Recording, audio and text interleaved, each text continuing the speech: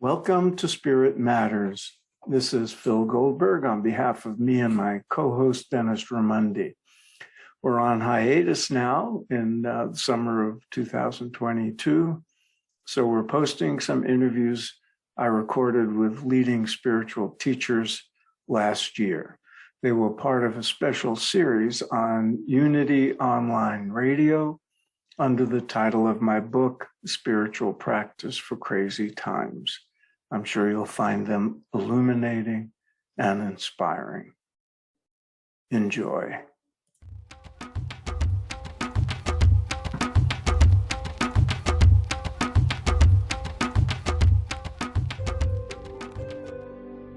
Discover the power within. Unity Online Radio. The voice of an awakening world. You can have inner peace and clarity even in the midst of chaos.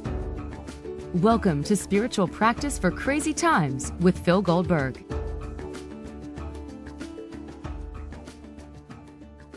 Greetings, everyone. Welcome to this special series of programs, which just happens to have the same title as my latest book. Our goal is to bring you expert advice and guidance for remaining spiritually secure and strong, able to find joy and all the blessings of life, even in the most challenging times. Not just this unprecedented pandemic, but anytime the trials and tribulations of our crazy world erupt in your life. Every episode features a wise, compassionate, experienced spiritual teacher drawn from a broad range of traditions and paths. I encourage you to listen closely, write down any ideas that resonate with you, and there will be many of them, so you'll be able to develop an inventory of practices to draw from when you need a spiritual boost and a way to reconnect with our divine source. Our premise is that we all have within us the sanctuary of peace and the fortress of strength. It's not something we have to find or build. It's already present at the core of our being as our truest, deepest, highest self. It's our essence. And all the spiritual traditions have the primary purpose of reuniting us with that essence or awakening us to what we truly are. Eternal beings with an earthly curriculum. And the more we connect with that infinite reality, the better equipped we are to face our challenges with dignity and take action to make the world a little less crazy. That said, let me introduce today's guest.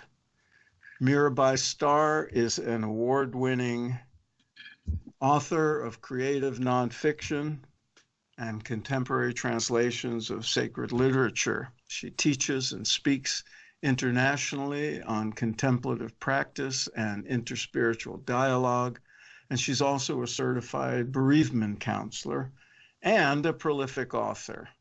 Her books include Dark Night of the Soul, about St. John of the Cross, The Interior Castle, about Teresa of Avila, the beautiful memoir Caravan of No Despair, and Wild Mercy, living the fierce and tender wisdom of the women mystics. And I hope she will share some of that tender mercy with us today. Welcome, Mirabai. Thank you, Phil. It's always a joy to be in holy conversation with you, my brother. Thank you. Let's begin with a personal question. We've all been through an unprecedented period of challenge with the pandemic this past year and ongoing. How did you respond to it? How have you adapted? And did anything about your own response to it surprise you in any way? Boy, everything was impacted by this. And, I think some of it is a matter of temperament. I think that I am somewhat introverted. I'm not an extreme introvert, but I always fall a little bit onto the I side of the spectrum, the introverted side.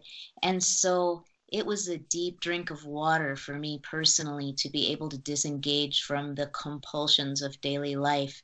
I was traveling a lot and teaching all over the world, really.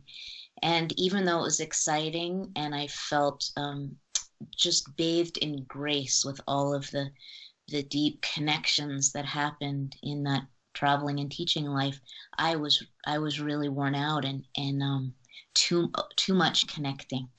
And so being able to just turn inward and become intentionally simpler and more still was personally, has been, still is, very healing for me.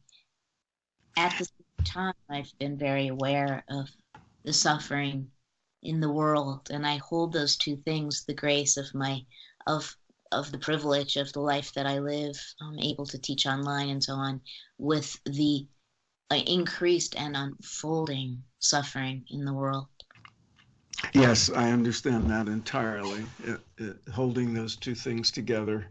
There's many people who have been privileged enough to essentially make this period a time of introspection and almost like a retreat. Yeah. But many other people are in pain. Did you find yourself relying on any specific practices or turning to any specific teachers or role models that inspire you? Well, that has been one of the greatest privileges of this time, is that I have time. And, so many of us tell ourselves the story that we can't afford to do extensive spiritual practice because we're too busy. And I've definitely fallen into that narrative many times myself. And during the pandemic, I had no excuse. I still have. And so every morning I've just luxuriated in the practices that I've done for, I don't know, close to 40 years, but I have much more space around them now. So I have always started my day since I was about 14, believe it or not, when I met Haridas Baba from India, and he taught me Hatha Yoga, asanas, and I have started almost every day of my life with sun salutations. Just four sun salutations. It takes about 10 minutes. And my body, I almost feel like my body, because I just turned 60 the day before yesterday. Happy birthday. Thank you. I almost feel like my body has formed itself around these simple asanas, but sun salutations sort of use every part of the body and touch every organ, but it's also this deep spiritual connection to the earth and the sky, to greeting the life force, the Surya, the sun, and taking it into your body. So I just feel like everything about my body has kind of formed itself around that simple but consistent practice.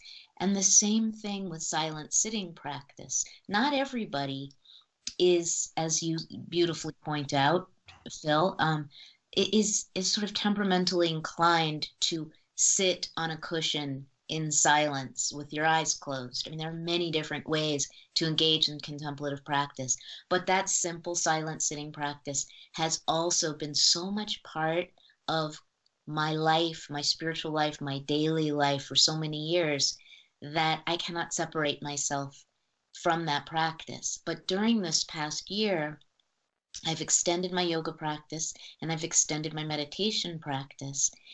And it has created this kind of garden in which I have taken refuge in a way that I never have before, I would say.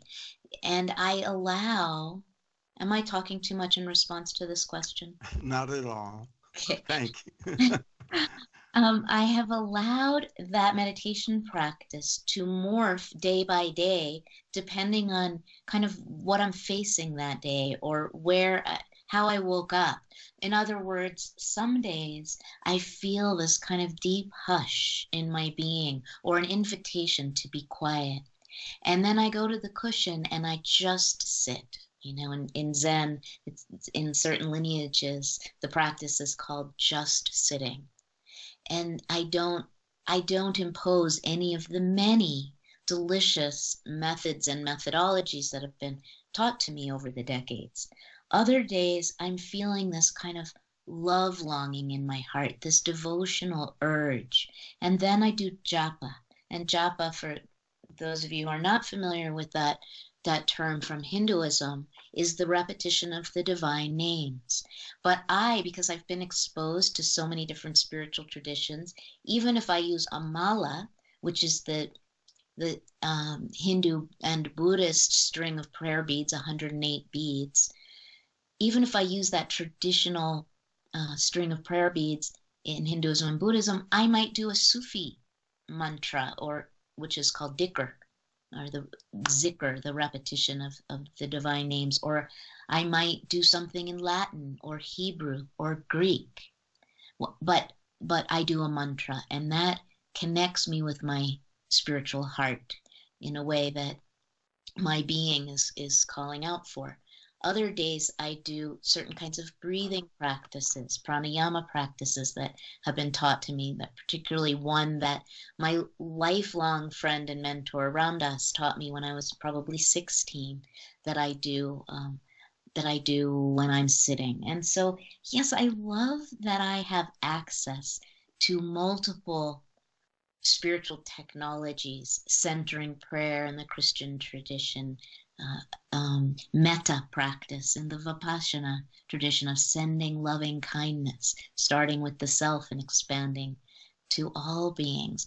So many different practices. When my heart is broken for the world, for the pain of the world, which is pretty much every day, I can do Tonglen practice from the Tibetan Buddhist tradition of taking in the sorrow of the world into my heart, breathing it in, and then breathing out relief from suffering for all who are suffering, starting with my own particular flavor of pain, and then knowing that my pain is a signal of my participation in the human condition, and therefore belongs to everyone, and that I can connect with the pain of the world, and I can do something about it, even if it starts just on my cushion in the mornings. So many options for that silent sitting. Well, you have just modeled true trans-traditionality, true interspirituality by drawing from all these traditions, and confirming one of my own premises, which is the importance of having essentially an inventory of practices to draw from, depending on your needs at that time. And I will tell our listeners that many, this sounds self-serving, but instructions and explanations for a lot of what Mirabai mentioned, you'll find in my book, Spiritual Practice for Crazy Times, but also we're lucky enough to be able to have access to many sources of instruction on these matters online and in our local areas. So I encourage all of you to pursue those instructions. Mirabai, when you have been doing classes and workshops online this past year, what are the main things people have to deal with? What are their biggest concerns, and what do you advise them? So a few things that I see consistently arising. One is this almost selfless longing, that yearning that I see in people to make of their lives an offering to others. Over the decades that I've been a seeker and sometimes finding myself in the strange position of teacher, I saw a lot of personal drive for perfection, for enlightenment, for liberation, for salvation. And I see almost none of that anymore. Everyone that I encounter is feeling this deep desire, like the Bodhisattva, to vow to stay close to the bone of the human condition until all beings are free from suffering. Or in the Jewish tradition, which is one of my one of my many beloved traditions and happens to be my ancestral tradition, there's the teaching of tikkun olam, right, which is the mending of the world. It's based on the cosmology that when the world was created, the Holy One poured her light into these vessels, but the radiance was too intense and the vessels shattered, scattering the shards of light and shards of darkness throughout the cosmos and creating all that is. And that human beings were created with the particular task of restoring those vessels to wholeness, of finding every shard of light and lifting it up and remaking the broken world. And we do this through every act of loving kindness, chesed. And so that's sort of this urge that I see in people is the bodhisattva vow to stay on the wheel of samsara, of births and deaths and rebirths, until all our friends can come along into the vast oneness of love that our souls most desire. And also to know that we are doing something to mend the tattered web of interbeing, as Thich Nhat Hanh calls it, to which we all belong. So I'm seeing that, and I'm also seeing this weariness that comes with that urge, right? You know, that we want so much to be of service, want to find what is ours to do, and often we'll compare ourselves to other prophets out there who are doing kind of grassroots activism and think there's something wrong with us if we're not doing it that way. And so there's a sorrow in our hearts that we can't quite find what is ours to do, and to believe that it's enough, or that we're not too much, too human, too broken to be able to participate. And so that's another theme I see rising in people, is this kind of weariness and even despair, which of course John of the Cross, the great 16th century Spanish says is that dark night of the soul, and just can't do anything to remedy our perceived brokenness. This is the beginning of true blessedness, because this is when we can do nothing but surrender. And this pandemic has given us all opportunities for a deeper and deeper surrender, and it appears to not be over. I mean, not just the pandemic, but the liminal space that we're in. I'm very happy to hear that you found people having this unselfish urge to do something about the conditions of the world. When we went into the pandemic, I was writing and thinking, I hope that happens. I hope people see our interconnectedness and the importance of being engaged, because there's a lot of tendency to withdraw among people on the spiritual path. What do you advise people to do when they have that urge? I want to do something, but we're not only limited by the conditions of the pandemic, but the circumstances of our lives as well. Yes, one of the teachings that most speaks to my heart that I just referred to is The Dark Night of the Soul by St. John of the Cross. And there are many mystical masters, women, men, people of all genders, people on the margins, those voices on the margins from women, from people of color, from transgendered people, the people whose voices have traditionally not been heard, that are teaching us precisely how to deconstruct our preconceptions about what holiness is, what service is, and allow ourselves to begin by not knowing.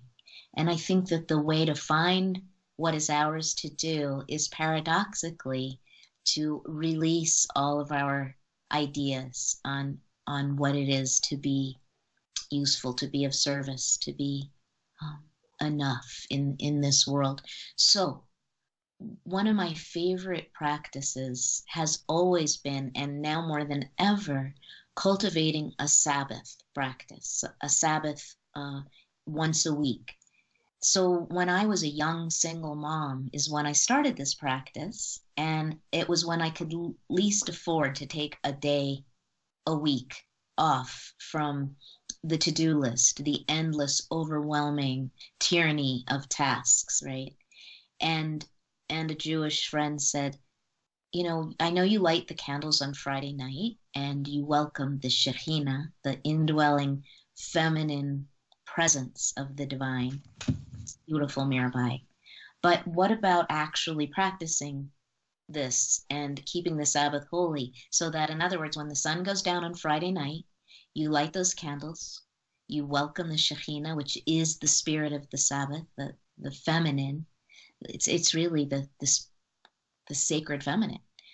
And then you wake up on Saturday morning and you don't attend to the multitude of tasks that compel you and impel you and drive you and guilt trip you and boss you around all the rest of the week. But you actually enter into a sacred space. Heschel, Abraham Joshua Heschel, the great 20th century philosopher and activist, said that Shabbat, the Sabbath, is like building a temple in time and then entering it. So how about, Mirabai, enter it? So I did, and I entered it with my children and my loved ones, and everyone came along with me, not necessarily doing the full 4 hours from Friday to sunset on Saturday, but knowing that it was sacred to me and that was a time that I wasn't going to get more shit done. Like, that was not the objective. It was about being. It was about reading poetry. It was about taking long walks and making beautiful food and making love and all the Chaim, the life-giving welcome that our souls give to the Sabbath. So during the pandemic, this is a practice I've really tried to share with people, and I think I've converted hundreds, if not thousands, to keeping the Sabbath holy. And you don't have to be Jewish. I'm glad you said that. You don't have to do it from Friday to Saturday. Could be any day. Shape it. Oh my gosh, that would be amazing. You can shape the Sabbath to fit your life, but to do it to make it as a commitment, as like any spiritual practice. I mean, that's why it was a commandment in Judaism. It wasn't it's a polite suggestion, because the Holy One, it is said, knows that we will never think that we've gotten everything done and can now be with God. And here in America, this predominantly Christian country, we used to, even when I was a kid, things were closed on Sundays. And, it was understood that Sunday was the day for, Sabbath, essentially. And now it's football day or shopping day or, go to brunch or whatever when in non-pandemic times. So it's a good reminder. And in that context, to bring it back to the notion of service, how do you see the relationship between taking that time and being of service? Thank you for reminding me what we were talking about a while ago. Okay, so one of the tricks to finding what is ours to do in this world, which Jewish mysticism says is imprinted on our souls the day we are born, and it's just a matter of remembering and finding our way to it. Along with, by the way, not only is what is ours to do imprinted on our souls, the tools with which to do it are also there for us to draw from. But when we are frenetically engaged in life, the daily tasks of this life, it's easy to have that still small voice that shows us the way, and that is inside of us, that's all of our birthright, obscured and silenced by all of the activity and the ideas, the preconceived notions. And so a Sabbath practice, a sitting practice, time in nature without having your phone with you and listening to more podcasts about how to be more spiritual, but just being present in nature, on the beach or in the woods or in the park or wherever you can connect with Mother Earth. These are all ways to quiet the monkey mind and hear the surprising truths of our own hearts that are speaking to us, that want so much for us to hear and be inspired, not guilt tripped into doing something, but filled with the beauty of being aligned with what is ours to do and be and allow in this world. And when I say allow, so much of it is becoming that hollow reed from time to time through which the Holy One can sing her most beautiful music. Part of my practice, by the way, in the mornings is after my meditation, I have a little bamboo flute that I bought from J.G. Sachdev in 1977 when I was 16 years old, and I still have it. I've carried it all over the world. I played it in the Alhambra in Granada, Spain, where the Alhambra was like this thing that you had to get tickets a year in advance. I was living in Sevilla, studying Spanish literature, and I would take the bus to Granada and just play my flute in the Alhambra. This flute has gone with me everywhere. So in the mornings, after I've done sitting, I play my flute for a couple of minutes, and it's so delicious to me. I'm not a real musician, but I play a few sacred melodies on that flute and have for many, many years, and it reminds me of that, making myself a space through which the music of the universe can flow. And I think that's an invitation that's extended to all of us every day. Has everything, Phil, to me, to do with beauty. Beauty, not just the rigors of spiritual discipline or the grim effort to do something useful. Mirabai, that sounds like a good place to pause. We have to take a short break, and we will be right back.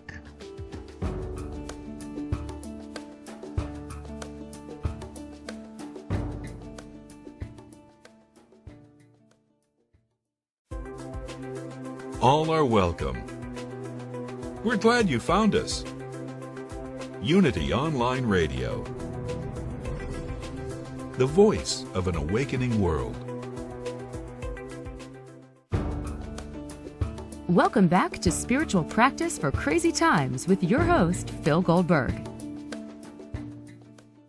Welcome back. We're here with Mirabai Starr, and I just learned that my friend Mirabai lived in Seville, where I spent a little bit of time in the 70s. I'm older, so Franco was still in power when I was there. And we just learned that she plays the flute. Mirabai, coming back to something you mentioned earlier. You mentioned St. John of the Cross and Dark Night of the Soul. Many people use that expression, Dark Night of the Soul, to essentially mean, any rough time they go through. But it has a more particular meaning in the Christian mystical tradition, doesn't it? Can you tell us something about that? Because I suspect it applies to a lot of people these days. Yes, Phil. And I'm sure many of you who are gathering around this little fire today can relate to those feelings that of kind of an extended lassitude or apathy or dryness, like an internal aridity that the inner landscape has turned into a kind of desert. Moreover, I think many of us are looking outward and seeing that the world itself has kind of plunged into a space of collective darkness, of the disintegration of many of our cherished constructs and institutions, and and things that used to give us meaning no longer are as a human family. So what is the dark night of the soul? For John of the Cross, it is a spiritual crisis, yes. But it isn't just a matter, as you say, Phil, of weathering a rough time, a difficult divorce, even the death of a beloved, or even a string of challenging events, which sometimes pile up, right? And then we're like, oh my God, this is a dark night of the soul. I don't know how I'll ever crawl out of it or claw my way out of it. And an external set of conditions can certainly be a catalyst for the kind of spiritual crisis John of the Cross was speaking of. But what he's really talking about, okay, here's the secret. The dark night of the soul only appears to be dark because what's really happening is we are being flooded with divine radiance, and it's blinding. It's blinding at first. We can't see anything because our eyes are not accustomed to direct perception of that divine light. So John says that there are two kinds of night that our souls go through. One is what he called the night of sense, and the other is the night of spirit.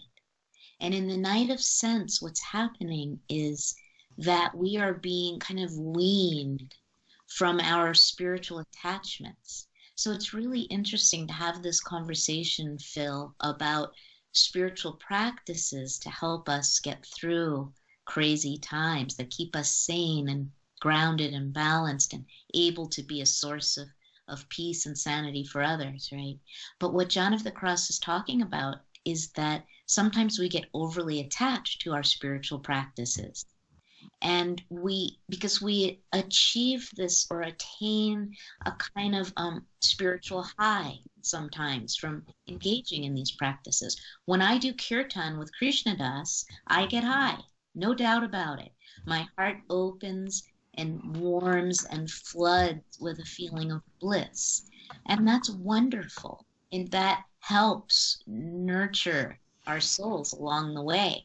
But we can get to the point where we get so addicted to that feeling that we actually we use it to bypass direct experience, because the naked direct encounter with the sacred feels like too much to bear.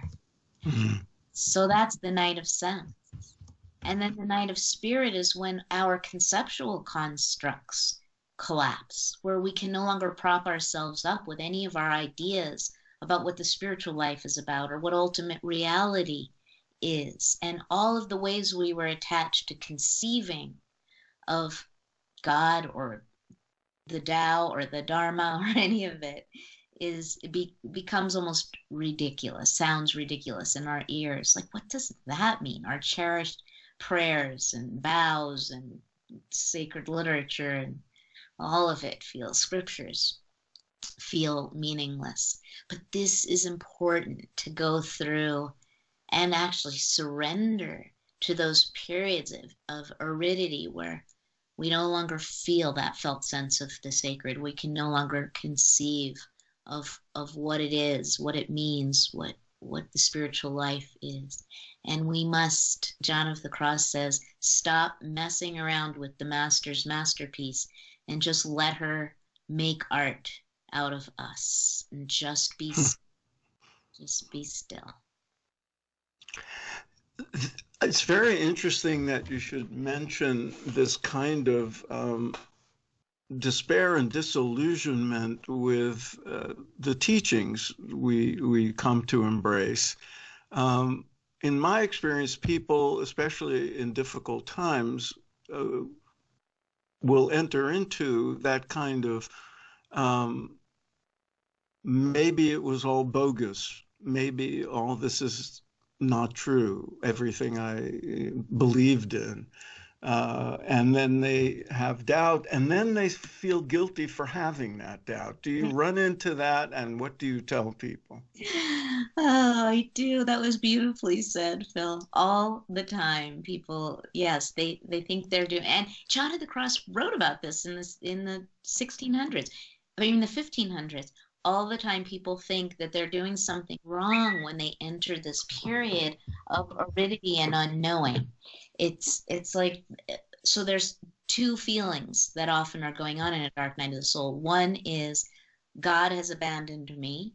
And for those of you who are non-theistic, you can translate that any way you like, but that the universe has given up on me because I'm just not good enough. I'm not doing it right. And the other feeling is I just don't, I've given up because it just doesn't, it's not true. It's not real. Everything I believed has proven itself to be empty.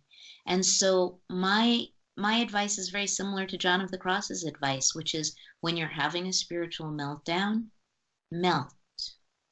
Allow yourself to not know what the hell is going on or what it means, and if it means anything. It's not a problem. Or as Thomas More says, it's not, your soul is not sick and needs to be cured. It's rather allowing yourself to care for your soul in the sense of not imposing more judgments and restrictions upon yourself, but allowing yourself to rest in this fertile darkness, which leads me to maybe my deepest offering for these times, which is to allow ourselves to reclaim the feminine wisdom that lies at the heart of all the world's great spiritual traditions that we find mostly in the mystical traditions, that says instead of using meditation, for instance, as a bludgeon to beat yourself into submission, engage with all of these beautiful spiritual treasures as refuge, as sanctuary, as love offerings that you can let yourself down into, like the feminine arms of the Great Mother, who will receive you when you're battered and weary. And you don't have to believe in a divine mother or a sacred feminine in order to take refuge in her. You can use what my friend Ramdas called your holy imagination. Just imagine that you are allowing yourself to be enfolded by the Great Mother who's got you. She's got you when everything feels empty and exhausting and stupid. Very good. Mirabai, a lot of people have had to deal with loss of one kind or another this past year, and if they didn't, they have and will at other points in their lives. Your book, Caravan of No Despair, is subtitled A Memoir of Loss and Transformation. And it centers on the most difficult loss any of us can imagine, when the death of your own daughter. Would you mind sharing with people what you learned from that tragedy and how loss can be turned into something called transformation? Thank you, Phil. Well, the short version of the story, for those of you who are not familiar with it, is that my first book of, I don't know, a dozen books was a translation of Dark Night of the Soul by St. John of the Cross, the 16th century mystic. And the day that book came out, my 14-year-old daughter Jenny was killed in a car accident. And so these two things dovetailed precisely. The release into the world of my fresh contemporary kind of non-religious, really, translation of this classic mystical text on the transformational power of deep suffering and the most unbearable anguish that I could ever imagine having to face. And so that first year, a couple of years, are just a blur for me. But what I knew enough to do was to do nothing.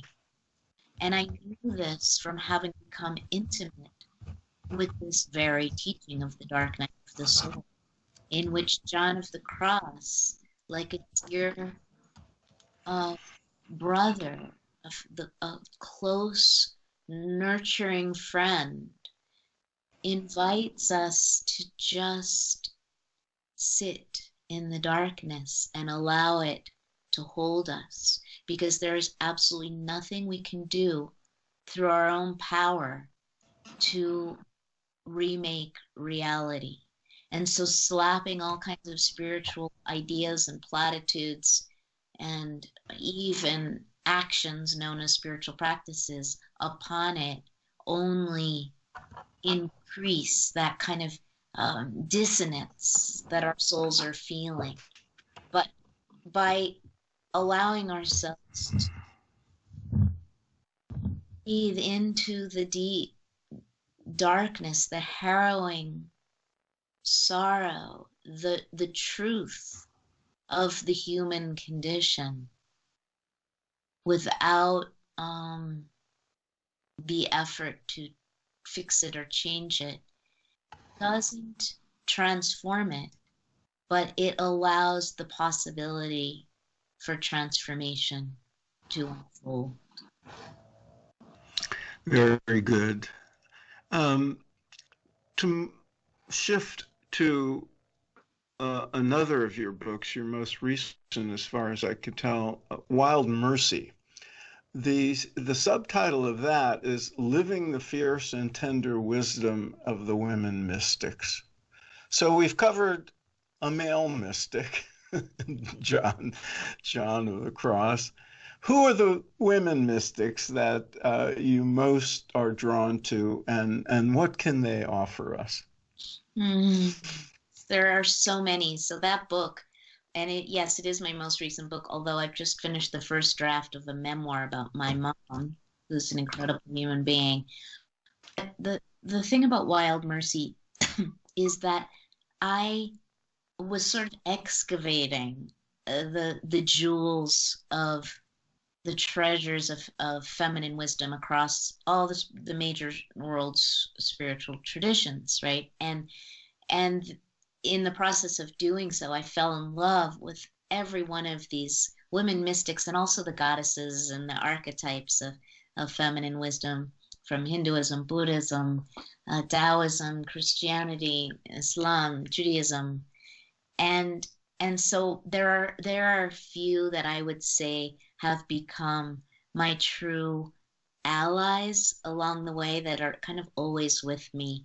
And of course, the main one would probably be Teresa of Avila, Santa Teresa de Avila. And I say, of course, because after translating Dark Night of the Soul, I was invited to translate The Interior Castle by Saint Teresa of Avila, who was really John of the Cross's mentor, his guru, his spiritual master. And she is incredible. And all these years that I have been deeply engaged with Teresa of Avila, I still continually uncover more beauty and meaning in her writings and in our friendship, because I truly feel like she's my deepest friend. And so Teresa is one of the advocates of finding the Holy One, who she mostly refers to as the Beloved, in the depths, in the center of our own souls. The whole interior teaching of the Interior Castle is about making the trip from the head to the heart, as Ram Dass says, the trip from the head to the heart, or the journey from the exterior parts of our lives deeper and deeper into this round womb-like space of the soul. And she says that the Beloved chooses to dwell in the center of our being, because that's the most beautiful place in all of creation. Where else would the Holy One want to be than inside of us? And the Beloved is constantly beckoning us. Like Krishna, I think of it as being like the Krishna's flute, that he plays the flute on the banks of the Yamuna River and beckons the gopis. And they just hear the sound of that flute music and their hearts are inflamed with love longing and they come running. And that's what our souls do. The Beloved is beckoning us from the center of our very own souls. And we move ever inward. And it gets darker, but it gets lighter. It's the paradox of the spiritual path. At first, it's like the moradas here in northern New Mexico, where I live, are these windowless adobe sacred spaces where the hermanos penitentes, this penitente brotherhood that's kind of built around the Passion of Christ. They do their ceremonies, their rituals in these dark adobe round rooms. And that's what the Pueblo people here too in Taos, the Taos Pueblo people, do ceremony kivas, which are these deep underground round spaces. And that's what Teresa's talking about. In fact, she calls them las moradas místicas, these 7 dwellings of the interior castle. I mean, she came from Spain, but there's of course a connection between Spain and northern New Mexico. The conquistadores came from Spain and founded these kind of mystical brotherhoods here and sisterhoods. But anyway, that there's this paradox of darkness and light, like John of the Cross, the blinding radiance. And Teresa invites us to turn inward and find our way home to the Beloved in our own soul. So in other words, we don't have to ask permission from any authority figures. We don't have to go through any intermediaries. It's a direct experience of love that the mystics are telling us all is what we're born to have. It's our birthright to have this naked, direct encounter with love itself. And in fact, the ideas and the spiritual authority figures can be impediments to that direct experience. Mirabai, we seem to be in almost at a time where we can see the light at the end of the tunnel of this pandemic. This interview is airing on May 13th. Here in the US, there's opportunities arising for people to be together again, to resume normal life. Sad to say, it's not the case in other parts of the world. What do you hope people individually and we collectively have learned through this testing period that can be applied when we start to edge our way back to more of a semblance of, I was going to say normal life, but I hope it's not the same as it was in the past. What do you hope we've learned from this? Well, one thing that I'm sure we've learned, Phil, is that we belong to each other, that there is no us and them anymore, and that each of us is necessary to remaking the world going forward, so that the deepest lessons of loss and love and liberation that we have at least glimpsed during this time of deep darkness is each of these insights will help us going forward to co-create the world that we want to see, a world that is rooted in an unshakable experiential knowledge of mutual belonging that we've understood through this crisis. And so that your particular piece, whatever it is absolutely needed and required and wanted and valued as we rebuild the world. And that all of this co-creative invitation is also rooted in a deep humility in knowing that we know nothing. We need people to know stuff to engineer solutions to our broken world. But just as much as that expert knowledge that is being cultivated in all the laboratories of the world right now, what is perhaps needed even more is that nakedness of spirit, that humility of heart that says, I actually don't know. I don't know who are the good guys and who are the bad guys. I don't know what's good and pure and what's evil and wrong. It's all different than I thought it was. And what I do need to show up with is a beginner's mind as I step in, and rooted in that collective belonging, try to hear and see what is mine to offer. Lovely. Excuse me. We only have a minute or two left, Mirabai. I want to call people's attention to your website, Mirabai Starr, 2 R's, mirabaistarr.com. And on there are some of the upcoming events that people may want to know about. I see the Hayden Dream Conference coming up. I see the life and teachings of Ram Dass, the yoga of relationships, and optimistically, an in-person retreat in Hawaii, the Wild Mercy Women's Retreat. In a minute or so, do you have anything you'd like to tell people about these?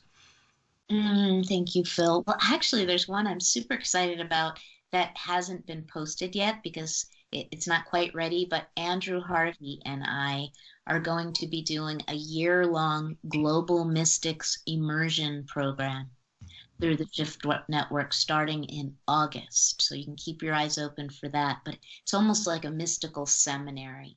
The 2 of us will be trying. Wow.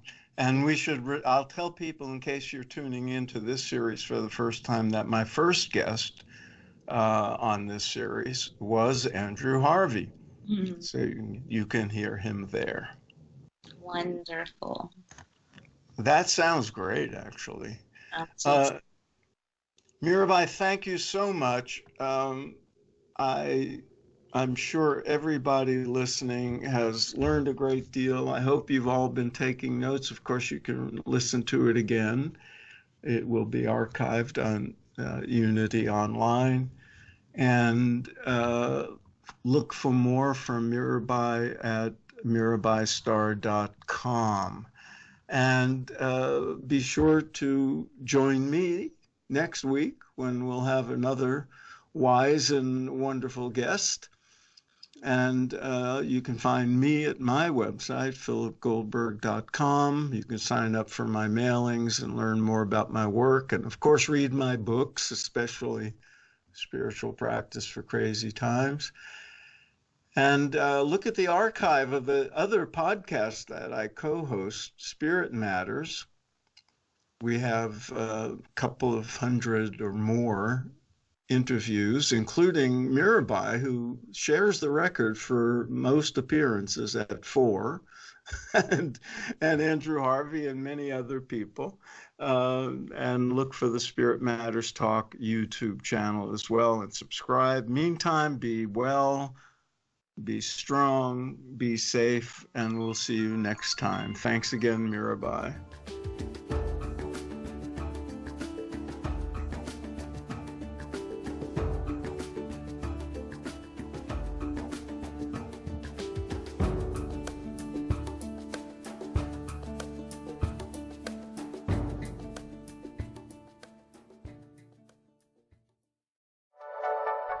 Thank you for listening.